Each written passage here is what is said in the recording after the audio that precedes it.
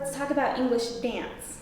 And of course, as with any music, but especially with dance music, that means keeping a nice, steady beat. So something that's really easy to do, especially when you're first learning guitar, believe it or not, is go too fast, okay?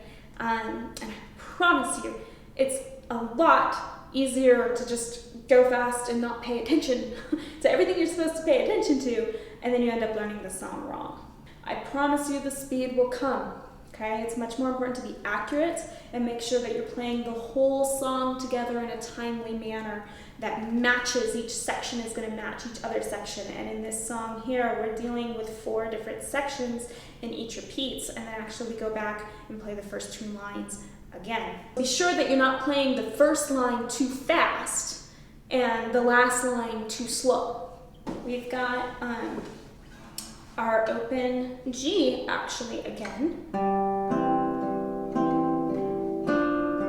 And I'm just going to switch back and forth.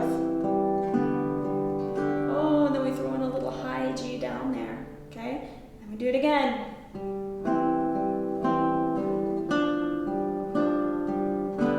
And we throw in a low G. And we end on our low sounding C combined with our high sounding C, right? Okay, that part is not very hard.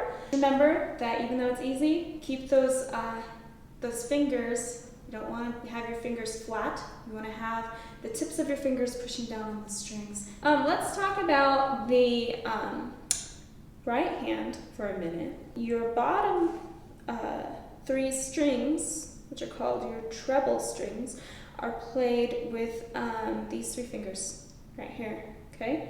And remember, your thumb is the letter P, the letter I, the letter M, and the letter A. And they play, you're going to keep a thumb up here on these 3 strings for the most part. And then each of the bottom 3 strings is going to be played. Pretty basic there, but we're going to mess around with it a little bit in this song because I think it's easier in this next section. So let's look at line 2. We still have that steady G happening, okay? We'll do this little walk down.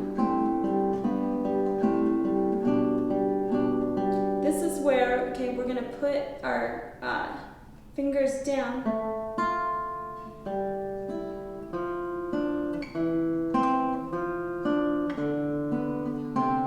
Now you'll notice what I did here, okay? When I put in that A note, I actually shifted my thumb down, okay? Now you could play it with your thumb, just anchor your thumb on the string above, and you could play it with these 2 fingers. But then you're going to have trouble when you have to lift that thumb and play with those fingers on the string above, okay, as you proceed through that whole walk down. So that's why I prefer to just shift down and use the thumb, okay, and then you have this nice alternating structure going on.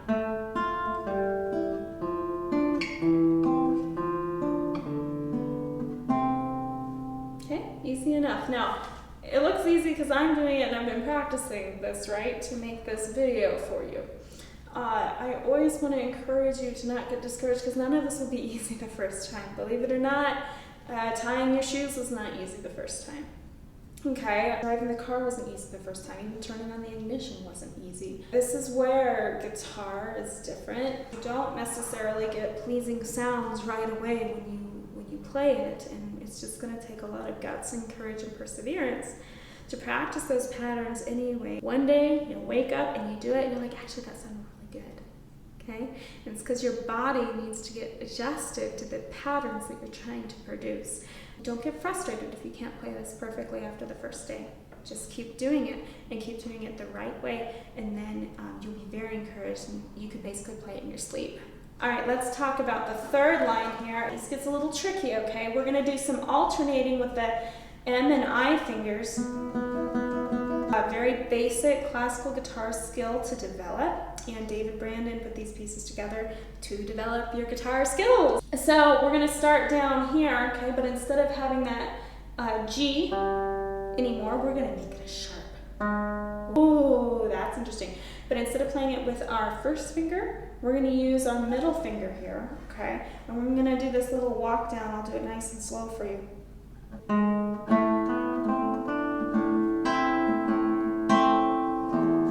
and 4. And do it again.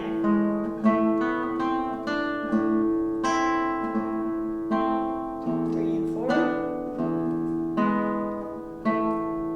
And then just in this bottom line here, just a couple things to watch out for, okay? You start with your open E. So we've got another sharp note. Even though this is in the key of C, we call these accidentals, and they happen all the time in classical music, where they're going to sharp or flatten a note to make it a little interesting. Don't freak out. Okay? They're not scary, they're really not. Especially on the guitar, because you can just realize, oh, that's normally a C natural, which would be here. Memorize that natural scale, right? And all you do is you slide it up a fret, you're gonna go up another half step, and there's a nice C sharp for you. So you're gonna play this little, and then you're gonna play.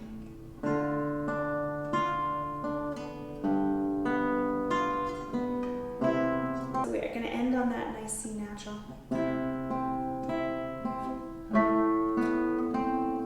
Okay, now we're doing that walk up again. Just be careful, because before we always started with the last beat of a measure in the walk up. So we started with the middle finger on G sharp. Okay, whereas here we're just going ahead, and instead of starting on G sharp, we're starting on A. Okay, so make sure that instead of starting with the M finger, you start with the I finger. Back up to 3 and 4. Nice semi-ending, because we're going to go all the way back up to the top, right? And you just play through that first and second line again, and then you end it. And you've got really quite a beautiful little piece. Although it's simplistic, the nice thing is that you can impress all your friends, because it sounds incredibly complicated. In reality, when you break it down to the patterns, it's not terribly difficult, okay? And that should be an exciting thing.